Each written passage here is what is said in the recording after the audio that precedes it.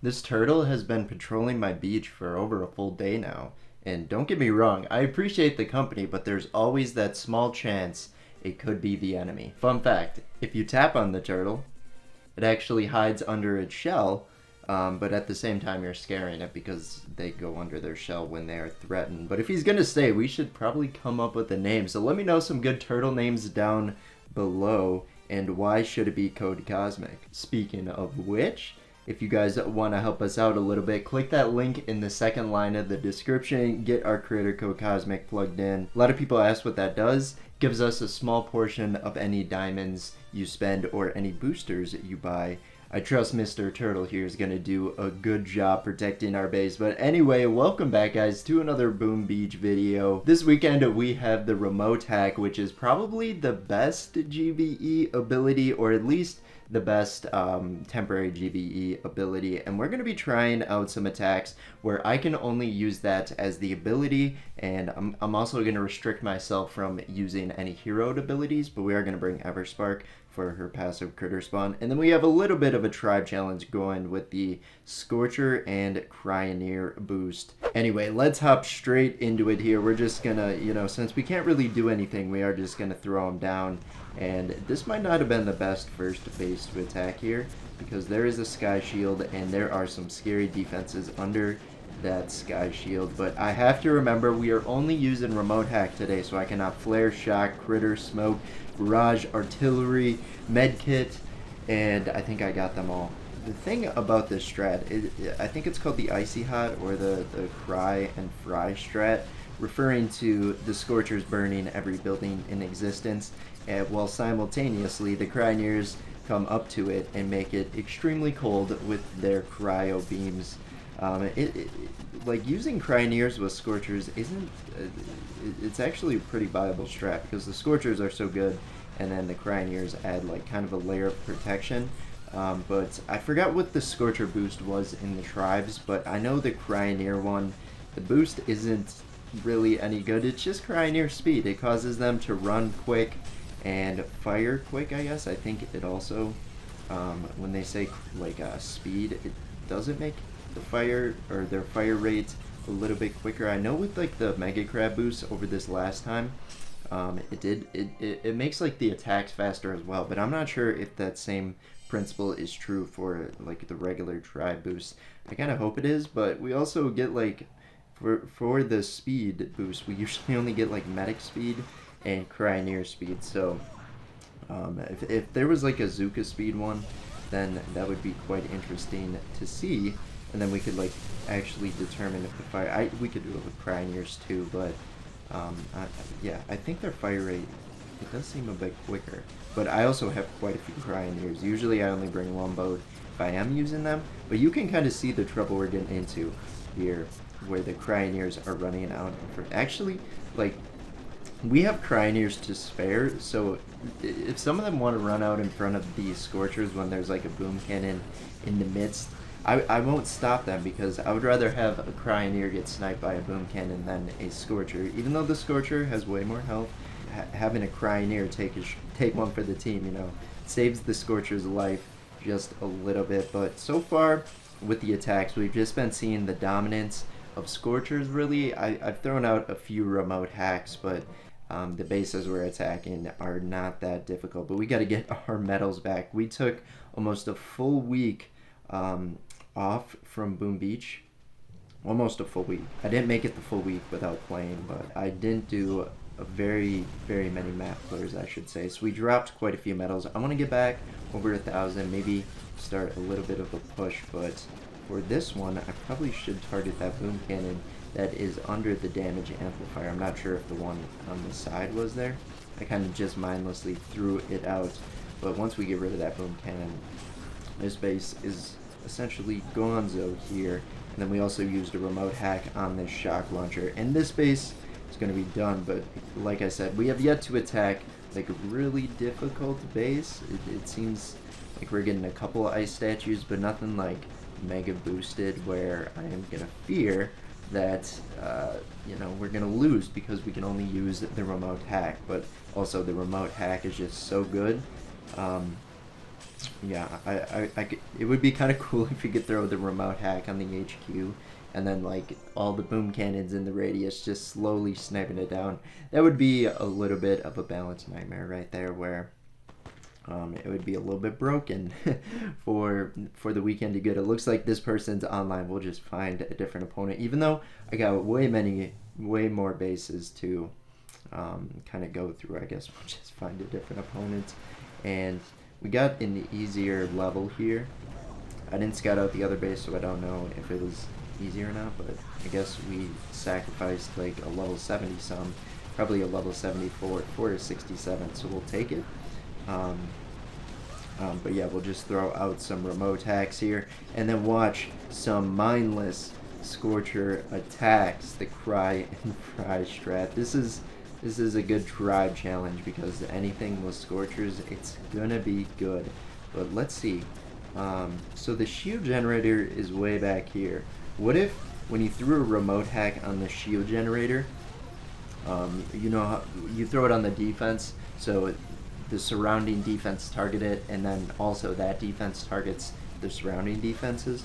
What if like the shield generator, if you threw it on there, it went and like shielded your troops instead? It gave you one of those like ice shields that Dr. Kavan had, but way more strength, because the shield generator shields are way more healthy. So that would be an interesting dynamic right there. And it looks like we have yet another easy base, but the problem we're gonna run into, you can see we got shock mines galore just sitting out waiting for my Scorchers to roll into them. We're gonna give our Cryoneers a second there. Maybe I should have threw down Everspark, let her passive critter spawn work their magic, but I just didn't want to lose my Cryoneers running into the minefield. It looks like it's gonna happen anyway. Even though I waited a significant amount of time, the Cryoneer speed is just too much. Let's get a couple remote hacks out. Hopefully you take out, oh my gosh, that boom cannon compared to the other one does like no damage.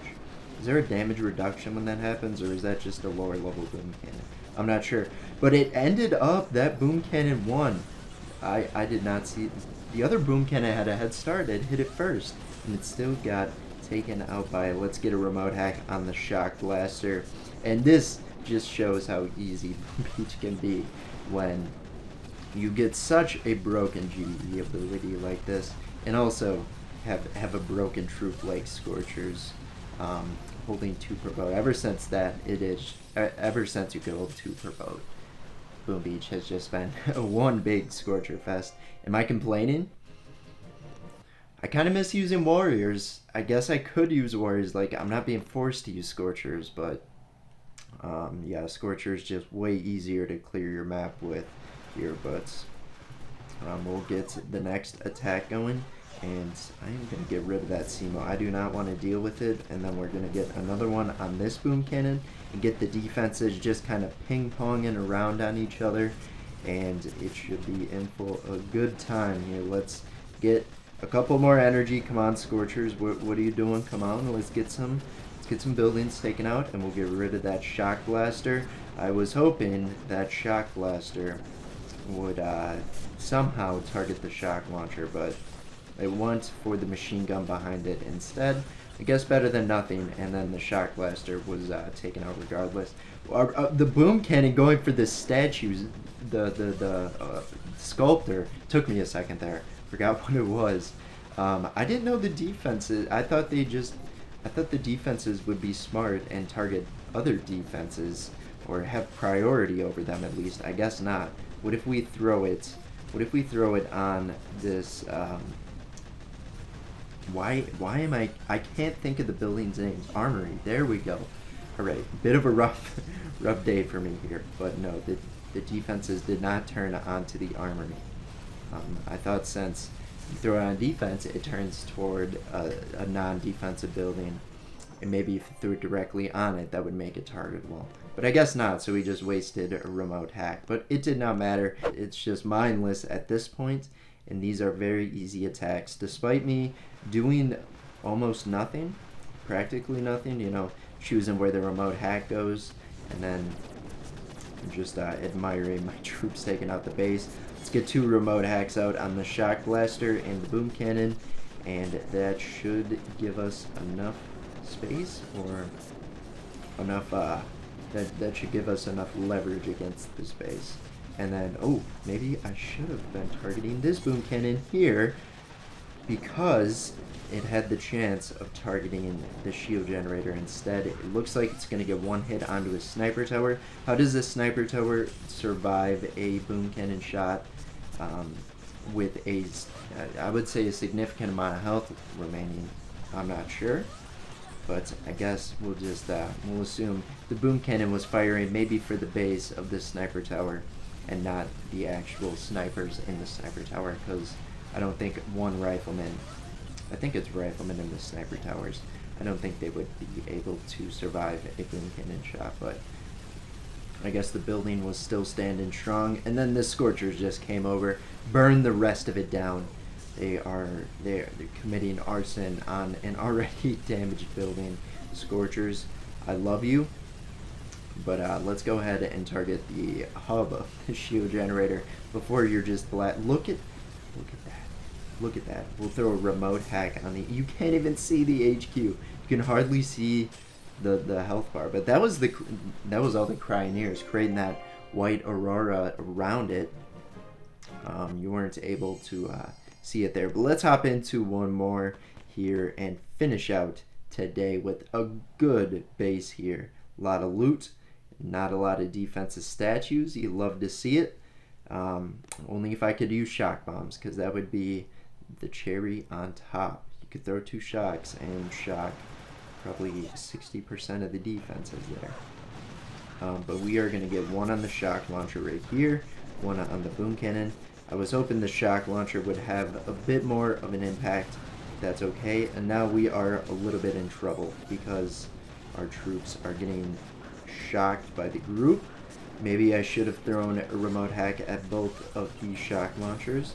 You know, thinking about it, might have been the wise decision there. But we got one on the other shock launcher now, and if we get an extra one, I don't think we will yet. I was gonna throw it on that boom surprise, but we should be able to take it out.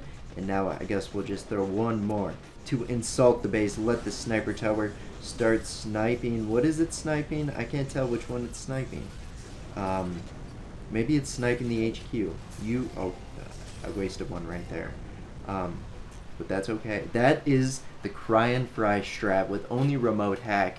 2 of the most broken troop, the most broken GBE ability, and then Cryoneers. Yeah. There was no way this was not going to work. Thanks for making it to the end, though. If you are new here, consider subscribing. We post daily Boom Beach content. But we'll catch you guys in tomorrow's Boom Beach video. Bye-bye.